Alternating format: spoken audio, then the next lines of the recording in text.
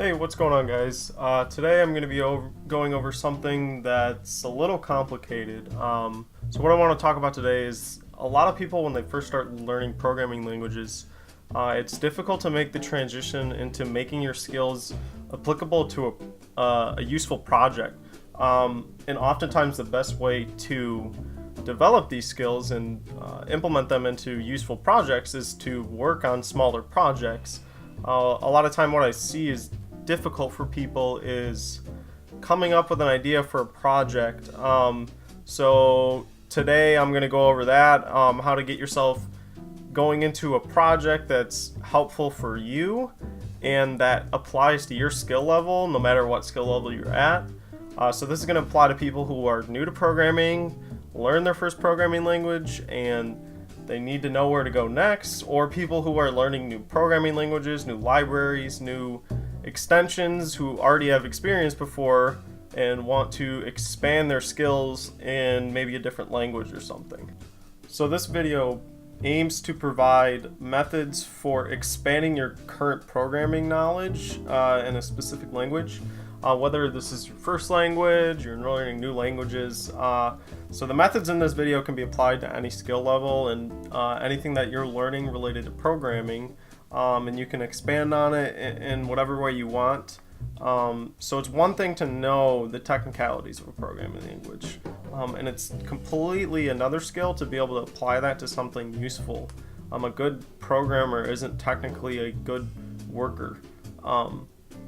And the first thing you need to start developing those skills is you need an idea.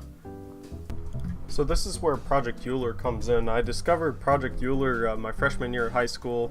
It was posted in a programming group chat that I was a part of.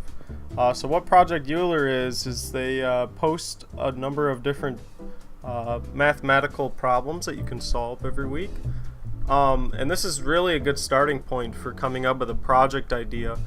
Because you can write your program to solve this problem. So you can start by going to projecteuler.net, and then you can make an account which tracks your progress, and they don't really do a whole lot of garbage with like emailing you or asking for money or anything.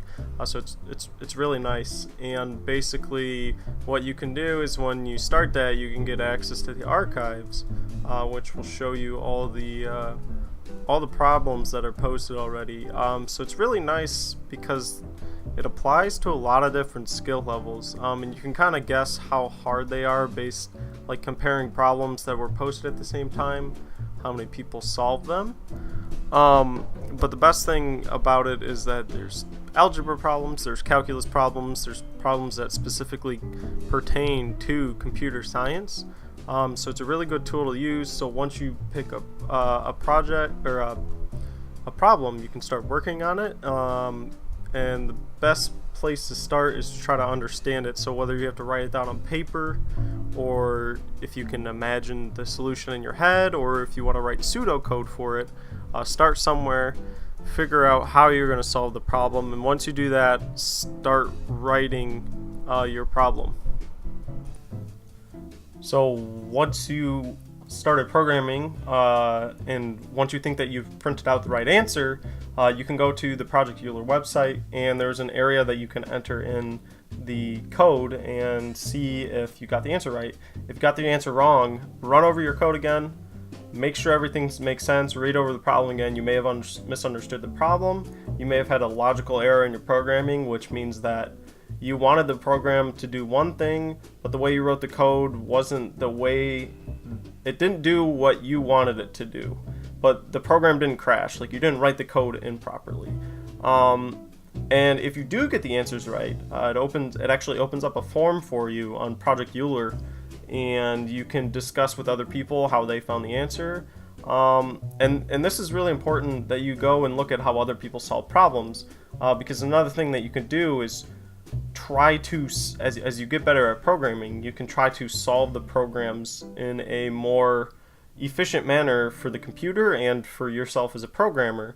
So that's one important thing to aim for, especially as a software developer, because you want to write code as efficiently as possible so that your application runs as fast as possible. So, and that's just another thing, is obtaining the answers to the problem doesn't have to be the end of it, right?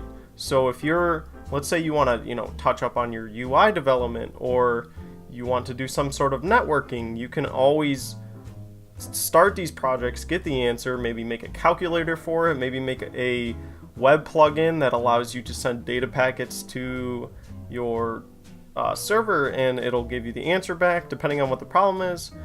So kind of get creative with it, and kind of hone in on whatever abilities you want to improve and stuff like that. And basically from there you can build any kind of project. And if you're not particularly interested in working on a problem anymore, there's literally hundreds of problems on Project Euler. They're constantly posting new problems.